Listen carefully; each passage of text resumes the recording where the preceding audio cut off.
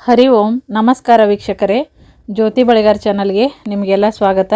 ಈ ದಿನ ನೋಡ್ರಿ ನಾನು 2024ರ ಕೊನೆಯ ಅಮಾವಾಸ್ಯೆ ಮತ್ತು ಅದರ ಒಂದು ಶುಭ ಮುಹೂರ್ತ ಪೂಜಾ ವಿಧಾನವನ್ನು ಈ ವಿಡಿಯೋದಾಗ ಹೇಳ್ತೀನಿ. ಮತ್ತು ಅದರ ಮಹತ್ವ ನೋಡ್ರಿ ಏನಿದೆ ಅನ್ನೋದು ಹೇಳ್ತಾ ಹೋಗ್ತೀನಿ. ಮತ್ತು ಕೆಲವೊಂದು ಶಿವನ ಒಂದು ಮಂತ್ರ ಈ ವಿಡಿಯೋದಲ್ಲಿ ನೋಡೋಣ. 2024ರ ಇದು ಒಂದು ಕೊನೆಯ ಅಮಾವಾಸ್ಯೆ, ಸೋಮವತಿ ಅಮಾವಾಸ್ಯೆ ಅಂತ ಕರೀತಾರೆ, ಮತ್ತು ಎಳ್ಳು ಅಮಾವಾಸ್ಯೆ ಅಂತ ಕರೀತಾರೆ. ಈ ಒಂದು ಅಮಾವಾಸ್ಯೆಯನ್ನು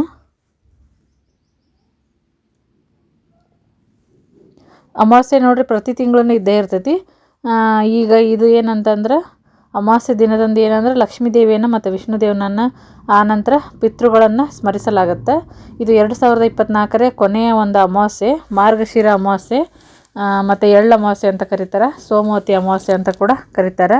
ಈ ಒಂದು ಅಮಾವಾಸ್ಯೆಯಿಂದ ಏನಪ್ಪ ಅಂತಂದ್ರೆ ಮಾರ್ಗಶಿರ ಮುಗಿದು ಪುಷ್ಯ ಮಾಸ ಪ್ರಾರಂಭ ಆಗುತ್ತೆ ಇನ್ಮೇಲಿಂದ, ಈ ಅಮಾವಾಸ್ಯೆ ಆದಮೇಲೆ. ಹಾಗಾಗಿ ಇದು ನೋಡ್ರಿ 2024ರ ಕೊನೆಯ ಅಮಾವಾಸ್ಯೆ ಆಗಿರುತ್ತೆ.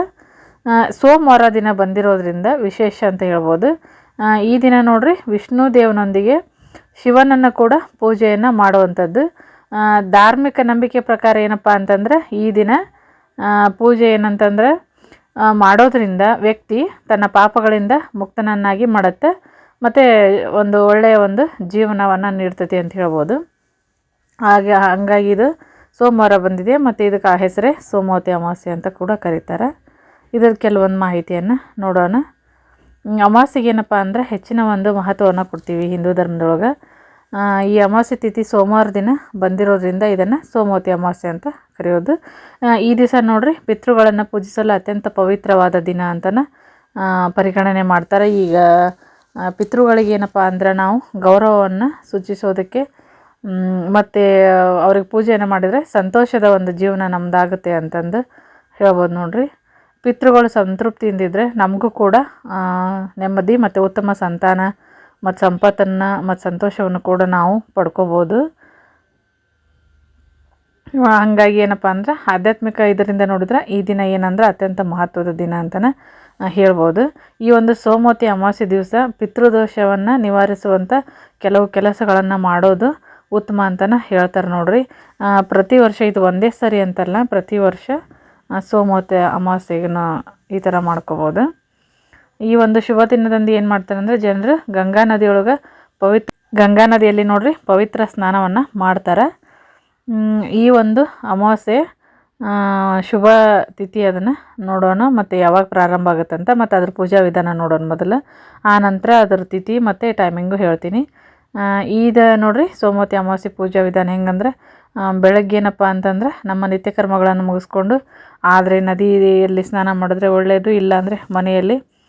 ಆನಂತರ ಸ್ನಾನದ ನಂತರ ಪೂರ್ವಜರ ಹೆಸರೊಳಗೆ ಏನಪ್ಪ ಅಂತಂದ್ರೆ ನಾವು ನಮ್ಮ ಪೂರ್ವಜರು ಇರ್ತಾರೆ ನೋಡ್ರಿ, ಅವ್ರ ಹೆಸರಿನಲ್ಲಿ ಒಂದು ಶುದ್ಧ ತುಪ್ಪದಿಂದ ದೀಪವನ್ನು ಹಚ್ಚಬೇಕು. ಮತ್ತು ನಿಮಗೆ ಸಾಧ್ಯ ಆದರೆ ಈ ದಿನ ಯಾರಿಗಾದರೂ ಅನ್ನದಾನವನ್ನು ಮಾಡಿದ್ರಂತೂ ಭಾಳ ಒಳ್ಳೆಯದು. ಅಂದರೆ ನಿಮ್ಮ ಇಚ್ಛೆ ಯಾವ ಥರ ಇರುತ್ತೋ ಆ ಥರ ದಾನ ಮಾಡಿ. ಮತ್ತು ಸೋಮವತಿ ಅಮಾವಾಸ್ಯೆ ದಿವಸ ಪೂರ್ವಜರಿಗೆ ತರ್ಪಣವನ್ನು ಅರ್ಪಿಸಬೇಕು. ಅಂದರೆ ಮೊನ್ನೆ ಯಾರು ಪಿತೃಪಕ್ಷದೊಳಗೆ ಮಾಡಿರಲ್ಲ ನೋಡ್ರಿ, ಅವ್ರು ಮಾಡಿದ್ರೂ ಇನ್ನೂ ಚಲೋ.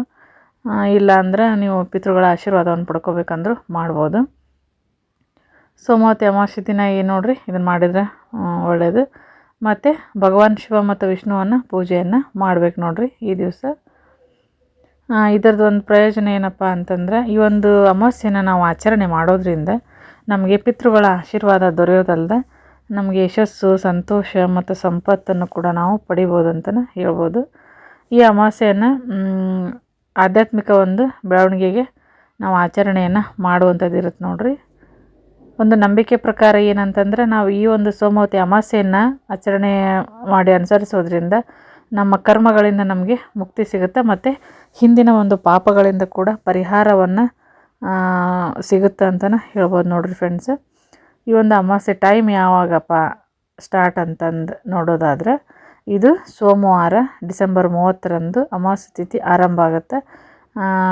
ಸೋಮವಾರ ಮುಂಜಾನೆ ಬೆಳಗ್ಗೆ 4:01 ಅಮಾವಾಸ್ಯೆ ತಿಥಿ ಮುಕ್ತಾಯ ಪ್ರಾರಂಭ ಆಗುತ್ತೆ. ಮುಕ್ತಾಯದ ಟೈಮ್ ಹೇಳ್ಬೇಕಂದ್ರೆ ಮಂಗಳವಾರ ದಿವಸ ಮುಂಜಾನೆ 3:56 ಅಮಾವಾಸ್ಯೆ ತಿಥಿ ಮುಕ್ತಾಯ ಆಗುತ್ತೆ ನೋಡ್ರಿ. ಹಾಗಾಗಿ ಆಚರಣೆ ಬಂದ್ಬಿಟ್ಟು ಸೋಮವಾರ ದಿವಸ ನಾವು ಆಚರಣೆಯನ್ನು ಮಾಡಬೇಕಾಗತ್ತೆ ಅಮಾವಾಸ್ಯೆನ.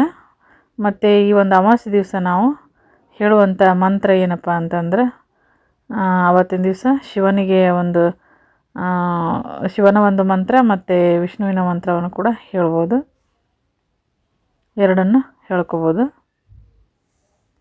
ಓಂ ನಾರಾಯಣಾಯ ವಿದ್ಮಹೆ ವಾಸುದೇವಾಯ ಧೀಮಹಿ ತನ್ನೋ ವಿಷ್ಣು ಪ್ರಚೋದಯಾತ್.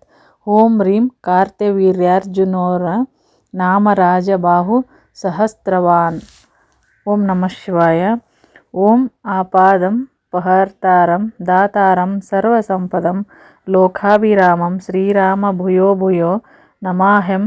ಓಂ ಕುಲ ದೇವತಾಭ್ಯೋ ನಮಃ ಅಂತ ಈ ಒಂದು ಮಂತ್ರವನ್ನು ಕೂಡ ನೀವು ಪಠಣೆಯನ್ನು ಮಾಡ್ಕೋಬೋದು.